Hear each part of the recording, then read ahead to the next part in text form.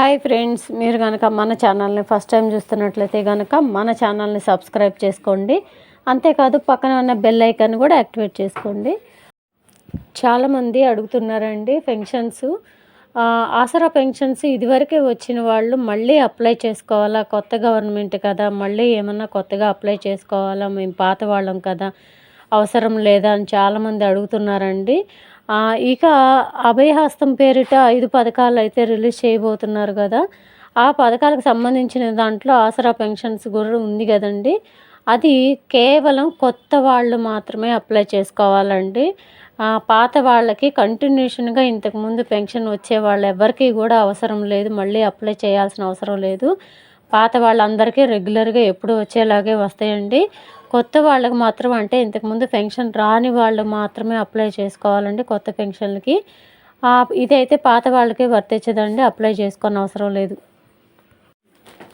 ఈ అభయహస్తం పేరిట చేయూత పెన్షన్లో కూడా అప్లికేషన్ పెట్టుకుంటున్న వాళ్ళందరికీ కూడా రేషన్ కార్డు కంపల్సరీ అండి.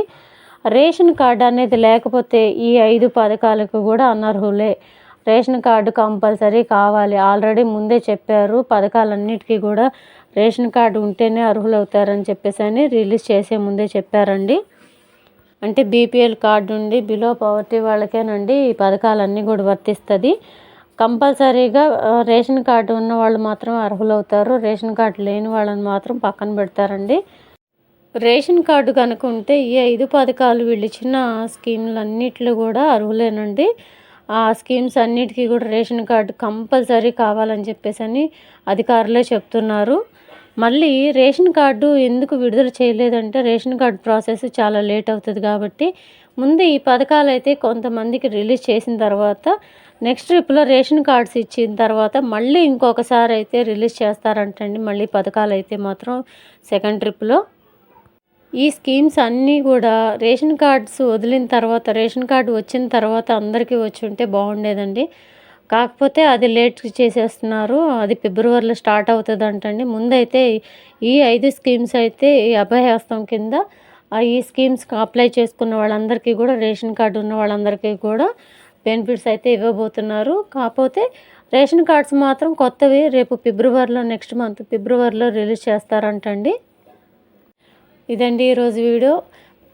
చెప్పాను కదా, పాత వాళ్ళు ఎవరు కూడా ఆసరా పెన్షన్స్ తీసుకునే పాత వాళ్ళు ఎవరు కూడా మళ్ళీ అప్లై చేసుకోని అవసరం లేదు. కొత్త వాళ్ళకు మాత్రమే, ఎవరైతే కొత్త వాళ్ళు ఉంటారో అప్లై చేసుకోవాలనుకున్న వాళ్ళు ఎవరైతే ఉంటారో వాళ్ళు మాత్రమే అప్లై చేసుకోవాలండి. సిటీల్లో వాళ్ళు అయితే మాత్రం మున్సిపాలిటీలో అప్లికేషన్స్ ఇవ్వాల్సి వస్తుంది. గ్రామాల్లో అయితే గ్రామ సభల ద్వారా తీసుకుంటారండి అప్లికేషన్లు అన్నీ కూడా.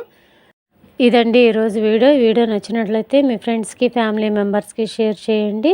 వీడియో నచ్చినట్లయితే ఒక చిన్న లైక్ అయితే ఇవ్వండి. మీరు ఇచ్చే లైక్ మాకు చాలా ఇంపార్టెంట్ అండి. Thank you.